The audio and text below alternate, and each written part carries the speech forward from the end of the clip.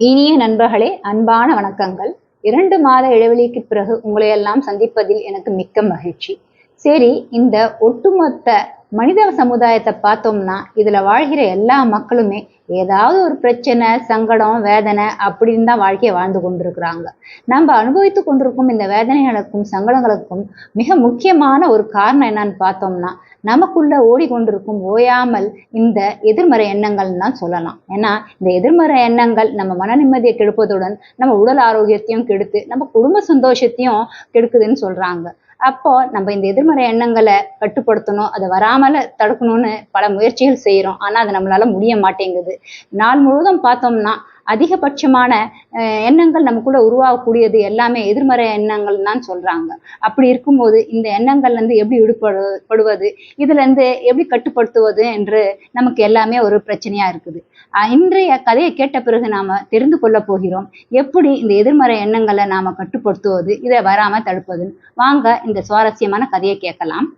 ஒரு கிராமத்துல பிரவீன் என்கிற பேர் கொண்ட ஒரு வாலிபன் வசித்து வந்தானாம். தன்னுடைய வாழ்வாதாரத்துக்காக கிராமத்துல கிடைக்கிற சின்ன சின்ன வேலைகள் எல்லாம் எடுத்து செய்து வந்தானாம். ஒரு நாள் அவனுக்கு அந்த கிராமத்துல எந்த வேலையும் கிடைக்கலையாம். சாலை ஓரமா ஒரு மரம் இருந்ததாம், அது கீழே வந்து உக்காந்துட்டானாம். அந்த சமயம் பார்த்து அந்த பக்கமா ஒரு முதியவர் 3 மூட்டைகளை தன்னுடைய முதுகுல சுமந்து கொண்டு அந்த பக்கமா வந்தாராம். பிரவீனை பார்த்த உடனே அந்த முதியவர் சொன்னாராம், ஏன்பா தம்பி, என்னால இந்த 3 மூட்டைகளை சுமந்து கொண்டு நடக்க முடியல. பக்கத்து கிராமத்துல தான் என் வீடு இருக்கு.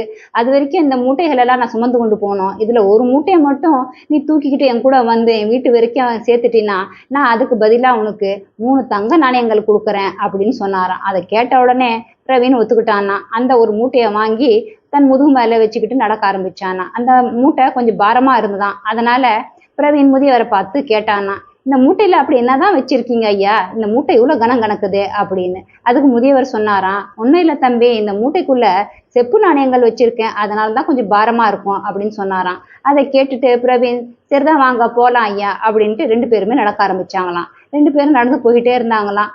கொஞ்ச தூரம் போன பிறகு ஒரு ஆறு வந்ததாம். பிரவீன் அந்த ஆறுக்குள்ள இறங்கி நடக்க ஆரம்பிச்சானா. ஆனா முதியவர் அந்த ஆற்றுக்குள்ள இறங்காம கரை ஓரமா நின்றுட்டு இருந்தாராம். அதை பார்த்த உடனே பிரவீன் முதியவரை பார்த்து சொன்னாராம், ஏன் இறங்கி வரமாட்டேங்கிறீங்க, அங்கேயும் ஏன் நிக்கிறீங்க அப்படின்னு கேட்ட உடனே முதியவர் சொன்னாராம், என் வயசு காரணத்தினால என்னால நடக்க முடியல. அதுவும் இந்த 2 மூட்டைங்களை வச்சுட்டு என்னால ஆற்றுக்குள்ள இறங்கி நடக்க முடியாது, அதுதான் யோசிக்கிறேன் அப்படின்னு சொன்னாராம். அதை கேட்ட உடனே பிரவீன், பரவாயில்ல, இன்னொரு மூட்டையும் கொடுங்க, அதையும் நான் தூக்கிட்டு போறேன் அப்படின்னு சொன்னாராம். அப்போ கொஞ்சம் நேரம் அந்த முதியவர் யோசிச்சாராம். முதியவர் யோசிக்கிறத பார்த்த உடனே பிரவீன் கேட்டானா, எதுக்காக நீங்க யோசிக்கிறீங்க, எனக்கு புரியலையே. அதுக்கு முதியவர் சொன்னாராம், ஒன்னும் இல்ல, இன்னொரு மூட்டையில வெள்ளி நாணயங்கள் இருக்கு, அதை எப்படி உன்னை நம்பி கொடுக்கறதுன்னு புரியல. ஏன்னா இந்த காலத்துல யாரையும் நம்ப முடியல. இந்த மூட்டையை தூக்கிட்டு நீ ஓடி போயிட்டீன்னா நான் என்ன செய்யறது, அதைதான் யோசிக்கிறேன் அப்படின்னு சொன்னாராம். அதை கேட்ட உடனே பிரவீன் சொன்னானா, என்னை பார்த்தானா உங்களுக்கு திருட மாதிரியா தெரியுது, என்ன நீங்க தாராளமா நம்பலாம். என்னை பத்தி என் கிராமத்துல வந்து கேட்டு பாருங்க, அப்பதான் என்னுடைய நேர்மை, ஒழுக்கம், நாணயம், என்கிட்ட இருக்கிற தர்மம் எல்லாமே உங்களுக்கு புரியும். நான் யார் காசுக்காகவும் ஆசைப்படுறவன் இல்லை, நான் உழைச்சி சம்பாதிக்கிறவன். உழைக்கிற பணத்துல என்ன கிடைக்குதோ அதெல்லாம் நான் வாழக்கூடியவன், இதை நீங்க புரிஞ்சுக்கோங்க அப்படின்னு சொன்னானாம். அதை கேட்ட உடனே முதியவர், சரிப்பா, இந்த மூட்டையை நீ எடுத்துக்கோ அப்படின்னு அந்த வெளி நாணய மூட்டையை எடுத்து பிரவீன் கிட்ட கொடுத்துட்டாராம். பிரவீன் 2 மூட்டையும் சுமந்துக்கிட்டு அந்த ஆற்றை கடந்து அந்த பக்கமா ஓரமா இறங்கிட்டானாம். முதியவரும் ஆற்றை கடந்து வந்து அந்த ஓரமா வந்து இறங்கிட்டாராம். 2 பேரும் மறுபடியும் நடக்க ஆரம்பிச்சாங்களாம். கொஞ்ச தூரம் நடந்து போன பிறகு ஒரு சின்ன மலை வந்துதான். அந்த மலை மேல பிரவீன் எழ தொடங்கினானாம். ஆனா முதியவரால ஏற முடியலையாம். முதியவர் அங்கேயே நின்றுட்டு யோசனை பண்ணிட்டு இருந்தாராம். பிரவீன் கொஞ்ச தூரம் போன பிறகு முதியவருக்கு குரல் கொடுத்தானாம், என்ன ஐயா, ஏன் திரும்பியும் நீங்க யோசிக்கிறீங்க, ஏறி வரலாம் இல்லையா, ஏன்னா இந்த மலையை கடந்து போன பிறகுதானே உங்க கிராமம் வரும் அப்படின்னு சொன்னானாம். அதை கேட்ட முதியவர், ஆமாப்பா நீ சொல்றது சரிதான், ஆனா இந்த ஒரு மூட்டையை வச்சுக்கிட்டு கூட என்னால இந்த மலை மேல ஏற முடியாது, அதனால்தான் நான் யோசிக்கிறேன் அப்படின்னு சொன்னாராம். அதை கேட்ட உடனே பிரவீன், சரி பரவாயில்ல கொடுங்க, அந்த மூட்டையை நான் சுமந்துட்டு வரேன் அப்படின்னு சொன்னானாம். அதை கேட்ட முதியவர் சொன்னாராம், இல்லப்பா, இந்த 2 மூட்டையாவது பரவாயில்ல, ஆனா இந்த மூட்டையை கொடுக்கறதுக்கு நான் ரொம்ப யோசிக்க வேண்டியதா இருக்கும் அப்படின்னு சொன்னாராம். எதுக்கு என்ன அவ்வளவு யோசனை, அந்த மூட்டையில அப்படி என்ன வச்சிருக்கீங்க அப்படின்னு பிரவீன் கேட்டானா. அதற்கு அந்த முதியவர், இந்த மூட்டைக்குள்ள தங்க நாணயம் இருக்கு, அதுக்கு தான் நான் யோசிக்கிறேன்ப்பா அப்படின்னு முதியவர் சொல்ல பிரவீன் சொன்னானா, உங்களுக்கு என் மேல நம்பிக்கை இருந்தா கொடுங்க, இல்லைன்னா நீங்களே இதை எடுத்துக்கிட்டு எப்படியாவது மலையை மேல ஏறி வாங்க அப்படின்னு சொல்லிட்டு பிரவீன் நடக்க ஆரம்பிச்சானா. உடனே முதியவர் பிரவீனை பார்த்து குரல் கொடுத்தாராம். சரிப்பா, நான் உன்னை நம்புறேன், இந்த மூட்டையை நீ சுமந்துக்கிட்டு வா, இது சுமந்துட்டு வந்தேன்னா மேற்கொண்டு நான் உனக்கு 3 தங்கம் நான் எனக்கு கொடுப்பேன் அப்படின்னு சொன்னாராம். அதை கேட்டுட்டு பிரவீனும் தலையை அசைச்சிட்டு அந்த மூட்டையும் முதுகு மேல எடுத்து சுமந்து நடக்க ஆரம்பிச்சானா. கொஞ்ச தூரம் நடந்து போகிட்டு இருக்கும்போது பிரவீன் மனசுல ஒரு பேராசை வந்துதான், ஒரு எண்ணமும் தோணுச்சான்.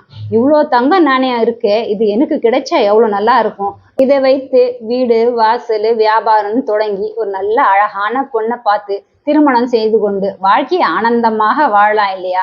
இந்த முதியவர் இந்த தங்க நாணயத்தை வைத்து என்ன பண்ண போறாரு? இன்னும் கொஞ்ச நாள் தான் இவர் வாழ போறாரு. அதுக்கு எதுக்காக இவருக்கு இவ்வளவு தங்க நாணயம்? இது தேவையற்றது அவருக்கு அப்படின்னு ஒரு எண்ணம் வந்துதான். சரி, எப்படியாவது இந்த தங்க நாணயத்தை நம்ம எடுத்துக்கிட்டோம்னா நம்ம வாழ்க்கை அமைதியாக அமைந்து விடும் அப்படின்னு நினைச்சுக்கிட்டு அந்த தங்க நாணயத்தை எடுத்து ரொம்ப வேகமாக ஓட ஆரம்பிச்சானா.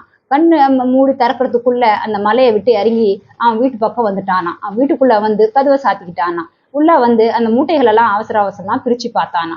மூட்டையெல்லாம் பிரிச்சு பார்த்த பிறகு அவனுக்கு ஆச்சரியம் தாங்கலையாம். ஏன்னா மூட்டைக்குள்ள கரிங்கல்லும் கூழாங்கல்லும் நிரப்ப இருந்ததாம். அவனுக்கு ஒண்ணுமே புரியலையாம். அந்த முதியவர் எதுக்காக என்கிட்ட பொய் சொல்லணும்? இந்த மூட்டையில செப்பு காசு இருக்கு, தங்க நாணயம் இருக்கு, வெள்ளி நாணயம் இருக்குன்னு சொன்னாரு. அவர் எதுக்காக என்கிட்ட இந்த மாதிரி ஒரு பொய் சொல்லணும்? இந்த கரிங்கல்லும் கூழாங்கல்லையும் எடுத்துட்டு போய் அந்த முதியவர் என்ன செய்ய போறாரு? ஒன்னும் புரியலையே அப்படின்னு யோசனை பண்ணிட்டே இருந்தானா. அப்போ அந்த மூட்டைக்குள்ள ஒரு பேப்பர் இருந்ததாம். அந்த பேப்பர்ல ஏதோ எழுதி இருந்ததாம். அந்த பேப்பரை எடுத்து பிரவீன் படிக்க ஆரம்பிச்சானா. அந்த பேப்பர்ல எழுதி இருந்ததாம், நான் தான் இந்த நாட்டின் மன்னன். எனக்கு வாரிசு இல்லாத காரணத்தினால நல்ல நேர்மையான ஒழுக்கம் நிறைந்த ஒரு இளைஞனை தேடிக்கொண்டு இருக்கிறேன். அப்படி ஒரு இளைஞனை தேர்ந்தெடுத்து இந்த நாட்டின் அரசனாக அரிய ஆசனத்தில் உட்கார வைக்க போறேன். அதற்காக தான் இந்த பரீட்சை. ஆனால் இந்த பரீட்சையில் உன்னால தேர்ச்சி பெற முடியாத காரணத்தினால் நாட்டின் மன்னனாக இருந்த வாய்ப்பை நீ இழந்து விட்டாய் அப்படின்னு எழுதி அது கீழே ராஜமுதிரையை பதித்திருந்ததாம். இந்த லெட்டரை படித்த பிறகு பிரவீனுடைய கண்ணீர் தாரதாரியாக வடிய ஆரம்பிச்சுதான். அவன் புலம்ப ஆரம்பிச்சானா. கடவுளா பார்த்து என் நேர்மைக்கும் ஒழுக்கத்துக்கும் கொடுத்த பரிசு. ஆனா அதை என்னால புரிஞ்சிக்க முடியல. எனக்குள்ள ஏற்பட்ட ஒரு தவறான எண்ணத்தால என் வாழ்க்கையில எனக்கு கிடைக்க இருந்த மிகப்பெரிய வாய்ப்பை நான் இழந்து நிக்கிறேனே. இதுக்கு ஈடு என்ன எப்படி நான் செய்ய முடியும்? இதை எப்படி என்னால சரி கட்ட முடியும் அப்படின்னு புலம்பிக்கிட்டும் அழுதுகிட்டே இருந்தானா. எனவே நண்பர்களே, கதையை கேட்ட பிறகு ஒரு விஷயம் நமக்கு நல்லாவே புரிந்திருக்கும். எண்ணங்கள் தானாகவே வருவதில்லை, அதை நாம தான் உருவாக்கி கொண்டிருக்கோம். பார்த்தோம்னா ஒரு நாளைக்கு கிட்டத்தட்ட 70,000 80,000 எண்ணங்கள் நம்ம மனசுல வந்து போய் கொண்டிருக்கலாம்.